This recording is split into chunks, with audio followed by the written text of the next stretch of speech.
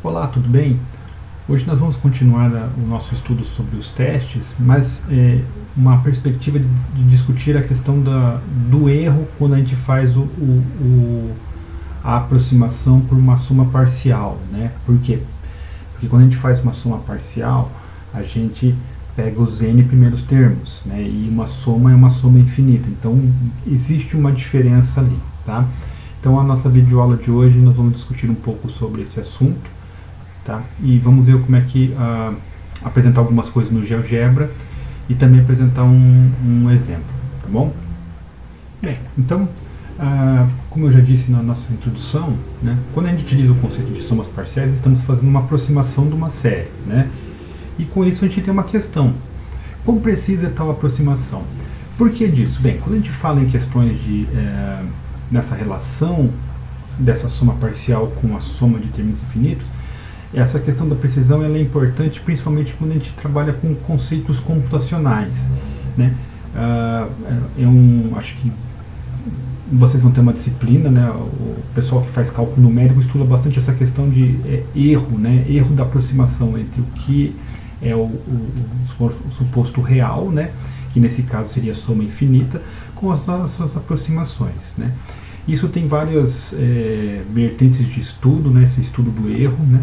E que para o nosso caso a gente vai só mostrar essa diferença quando a gente faz uma estimativa dessa soma, né? Então, primeira coisa, nós precisamos entender qual é essa ideia do resto, né? Bem, o resto, o que ele é? O resto é a diferença entre a soma, que é a soma infinita, e a soma sua parcial Sn. Ou seja, o Rn, que eu vou chamar, vai ser igual a quem? A soma total, né, a soma infinita, menos Sn. E quando a gente faz essa soma, nós temos ali assim, quem que vai sobrar dessa soma? São todos os termos depois do n, né? Então seria o An mais 1, o An mais 2, o An mais 3, né? Pensando que nós temos uma série A1, A2, A3 até o An. Então todos esses termos seriam cancelados e esse cara aqui é o que vai me definir quão precisa é minha soma, né? Então, eu posso dizer o seguinte, que o erro é o resultante de quando o Sn é utilizado para aproximação para uma soma total, ou seja, o Rn é o erro resultante de quando nós pegamos a soma parcial e nós utilizamos para fazer uma aproximação. Então, toda vez que nós trabalhamos com o Sn, nós não estamos encontrando o seu real valor, e sim uma aproximação desse valor, né? Bem, então com isso a gente vai abrir o GeoGebra para mostrar algumas relações ali para a gente entender um pouco melhor esse assunto. Bem, então aqui no caso nós temos uma função 1 sobre x ao cubo, ela me forneceu esse gráfico aqui, certo? Né? Eu fiz algumas situações aqui, então 3, 2, 1. Bem, a função aqui é 1 sobre x ao cubo, certo? E eu fiz aqui algumas questões já, trabalhei o controle deslizante, né? Para a gente mostrar algumas relações ali. O controle deslizante aqui no caso vai mostrar o número de retângulos que nós vamos ter e tal, né? Para a gente observar o que está acontecendo, tá? Então vou avançar um pouco o controle deslizante, vou trazer esse ponto B um pouco mais para cá. Então, o meu ponto A é em 1 em 0 e o meu ponto B é de 2 a 0, tá? Então, conforme eu vou aumentando aqui o controle deslizante, por exemplo, aqui eu tenho 5 retângulos, 1, 2, 3, 4, 5. O que esses caras são? Vamos supor que esses termos aqui são meus An mais 1, An mais 2, An mais 3, An mais 4 e assim continua, certo? Então, esses seriam as minhas continuidades aqui. Se eu pegar aqui e avançar um pouco mais, né? Ele vai criar essa perspectiva aqui, tá? Mas não é esse o momento da gente discutir isso daqui. Então, o que acontece? Quando eu pego e faço essa aqui, ó, é o teste da integral, tudo bem? Então, vocês podem observar que existe uma diferença entre a soma dos An mais 1 dos termos com a minha integral. E conforme eu vamos supor, vou aumentando o número de retângulos, mais próximo vai ficando, mas mesmo assim existe uma diferença entre eles, certo? Então, o que eu posso dizer? que a soma dos AN mais 1 termos, aqui no caso, ela é menor do que o valor da integral imprópria. Tudo bem? Bem, então com isso, o que a gente tem? Vamos voltar no nossa discussão aqui, na visualização teórica. Então o que a gente tem com isso? A gente pode afirmar que, se nós utilizarmos o teste das integrais, ou a ideia do conceito da teste de integral, considerando que f seja decrescente no intervalo de n até o infinito, que não foi o nosso caso, nós só fizemos ali de 1 até 2, só para a gente entender o conceito. Comparando a área dos retângulos, né, sobre a área da função, né, para x maior que n, podemos concluir que o resto, a n mais 1, a n mais 2, a n mais 3, é menor ou igual que o teste da integral. Né? Tudo bem? Agora, nós podemos pensar da seguinte forma também. Né? Vamos voltar lá no GeoGebra. Bem, novamente no GeoGebra, o que a gente pode observar nesse caso? Observamos aqui no caso que existe uma outra perspectiva. Nós fizemos uma soma inferior, mas também existe o caso da soma superior. Por quê? Porque nós estamos trabalhando assim, vamos pegar aqui, por exemplo, 5 retângulos. Vou tentar diminuir um pouco aqui para a gente enxergar essa relação aqui. Tá? Nós temos a área desses retângulos aqui, ela é maior do que a área da integral. Né? Por quê? Porque nós estamos pegando esses valores aqui. Eu posso até descontar esse termo aqui e trabalhar com a n mais 2, mas não vem ao caso. O que acontece? Quando eu pego aqui, essa aqui é a minha altura, a n mais 1, que é a própria função. Então, quando eu pego nesse caso, o que acontece? O retângulo fica maior do que a minha soma, do que a minha integral. Né?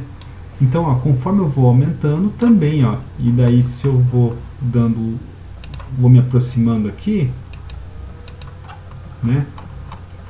Eu posso ter 38 retângulos, mas mesmo assim você pode observar que a soma dos retângulos é maior do que a integral. Então, voltando lá no nossa apresentação, eu também posso afirmar que é o seguinte, que por meio da visão geométrica eu também posso concluir que em muitos casos o Rn pode ser, né, a soma pode ser maior ou igual do que a variação de n mais 1 para o infinito de f de x dx. Né? Bem, pessoal, é a primeira vez que eu faço nesse formato aqui, então já de antemão já peço desculpa se acontecer alguma queda, alguma coisa aqui, tá legal? Mas, então, olhando o enunciado do exercício, eu quero fazer a soma dos 10 primeiros termos dessa sequência. Só que eu também quero ver essa questão da precisão estimativa. Então, para isso, inicialmente, eu já vou trabalhar com a minha integral imprópria. Então, vai ser a integral que vai de 1 até o infinito sobre 1 sobre x ao cubo dx. Tudo bem? Bem, então o que a gente precisa fazer? A gente precisa resolver essa integral. Para a gente poder resolver essa integral, primeiramente eu tenho que fazer uma mudança aqui para poder atribuir o conceito da integral imprópria. Então isso daqui eu vou aplicar o conceito de limite com t tendendo ao infinito.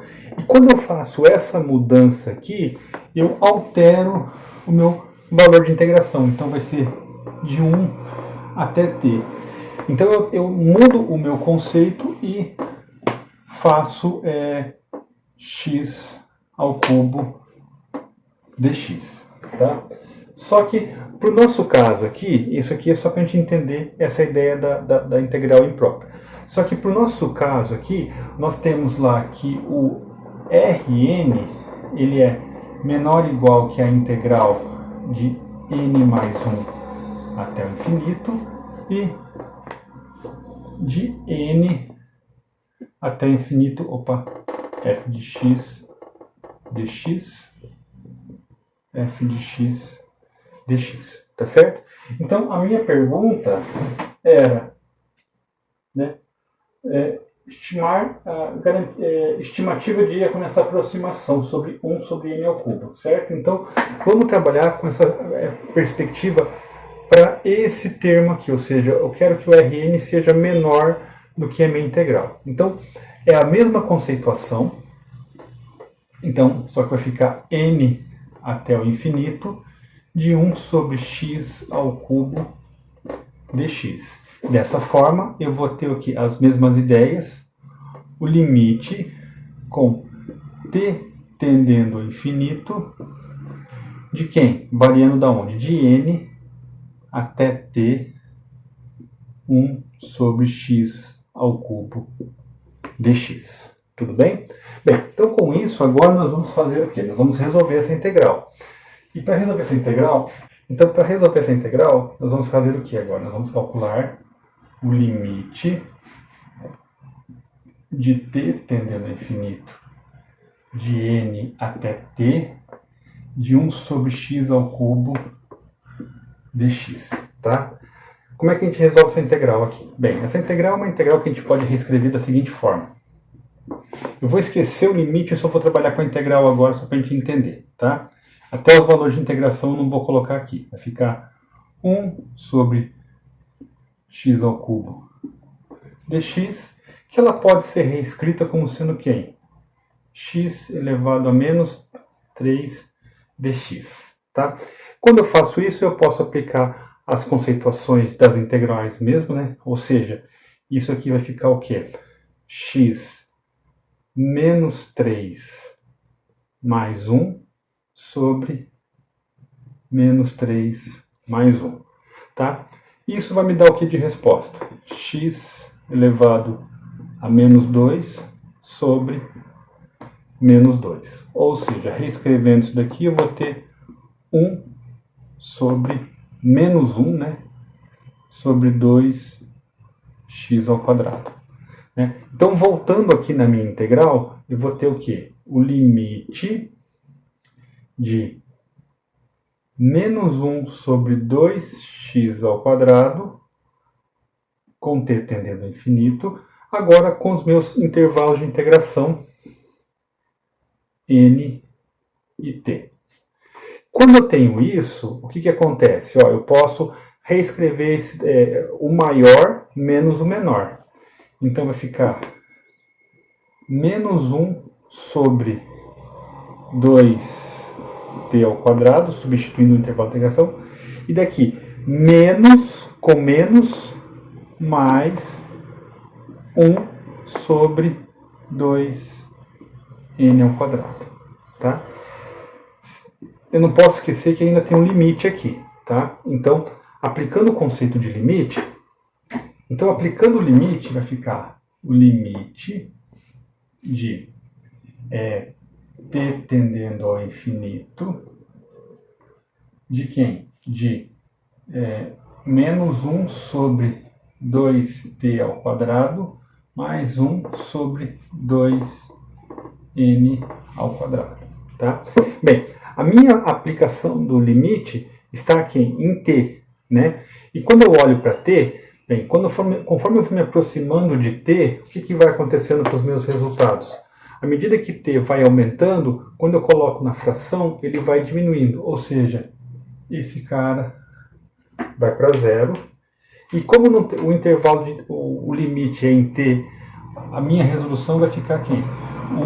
1 sobre 2n ao quadrado. Tá? Então, é aqui, ou seja, o meu Rn tem que ser menor ou igual a 1 sobre 2n ao quadrado. Mas o que isso quer dizer? Bem, vamos agora fazer a estimativa de soma para os 10 primeiros termos e vamos fazer uma comparação dos resultados. Tá? Então, quando eu faço a estimativa da soma de 1 sobre n ao cubo, é a mesma coisa que eu substituir 1 sobre 1 ao cubo mais 1 sobre 2 ao quadrado mais 1 sobre 3 ao cubo até mais 1 sobre 10 ao cubo. E quando eu faço essa soma, isso é aproximadamente 1,1975. Tudo bem? Tá, então a soma dos 10 primeiros termos é aproximadamente esse valor aqui. Tá? Então, como eu já falei, a estimativa de erro está nesse daqui, então eu preciso saber agora o que acontece. Porque aqui são os 10 primeiros termos, então a minha estimativa tem que ser menor que quem? Que a integral de 10 até infinito. Porque quando eu olho a relação teórica, esses termos aqui vão subtrair da relação do Rn, né? Então, o que vai acontecer? Esses termos aqui, eles vão ser iguais. Então, a minha diferença vai ser a partir do 10 em relação a 1 sobre n ao cubo, tá? Essa operação aqui eu já fiz, e isso daqui, x, perdão, x ao cubo dx. Então, isso daqui, como eu já fiz, essa relação vai ficar 1 sobre 2n ao quadrado, variando de 10 ao infinito, que na verdade eu vou substituir porque o infinito vai dar zero, como aqui, então vai ficar 1 sobre 2 vezes 10 ao quadrado, que é aproximadamente 0,005. Tudo bem? Então, o erro está a partir de que casa? Ó, essa casa é semelhante a essa casa é semelhante, ou seja, eu tenho o erro a partir dessa terceira casa aqui quando eu faço uma soma dos 10 primeiros termos, beleza? Agora vamos ver a outra questão desse enunciado aqui. Agora a próxima questão diz o seguinte, né? Quantos termos são necessários para garantir que essa soma tenha uma precisão de 0,005 também? Então, vamos lá fazer esse exercício também. Quantos termos? Ou seja, eu preciso saber que, ó, com 10 termos eu tenho já uma precisão de 3 casas decimais. Eu preciso saber a partir de quantos termos eu vou conseguir garantir 4 casas decimais de precisão, tá? Então, vamos de novo fazer o exercício. Bem, como a gente já trabalhou essa questão da integral imprópria, nós já resolvemos esse resultado aqui, e isso me fornece esse valor ali. Só que daí o que eu quero saber? Eu quero saber quando que essa precisão vai ser menor do que 0,005, tá? Então, para isso, o que eu preciso fazer? Eu preciso resolver essa inequação aqui. Então, vai ficar 1 sobre 2n ao quadrado, que é menor do que... faltou um zero aqui, perdão. 0,005. Passando o 2 para lá, vai ficar 1 sobre n ao quadrado, que é menor. Quando eu faço essa operação aqui, vai ficar 0,00010. Não precisa do outro, eu coloco só 1 aqui. Isso daqui é a mesma coisa que eu escrever 1 sobre n, que é menor do que 1 sobre 1000. Então eu tenho uma integração aqui, então eu vou fazer o quê? Quando eu altero o valor daqui da minha... faço essa mudança, automaticamente isso aqui também se altera. Ou poderia fazer esse para cá, e a gente chegaria nesse resultado aqui, que n ao quadrado tem que ser maior do que 1000, certo? Nesse sentido, o que vai acontecer? N vai ter que ser maior do que a raiz de 1000, que é aproximadamente 31,6. Ou seja, para que eu tenha uma precisão de 3 casas após a vírgula, eu preciso que N tenha que ser... Eu preciso que N tenha que ter 32 termos. Isso quer dizer o quê? Que para eu poder ter essa precisão, a partir do S32. Bem, essa foi mais uma videoaula a respeito dessa discussão da estimativa de erro, né? É a primeira vez que eu estou trabalhando essa relação com as contas, então já de antemão eu peço desculpas por alguma falha, alguma coisa assim na questão de foco e tudo, porque a gente está se adequando a esse momento, tá?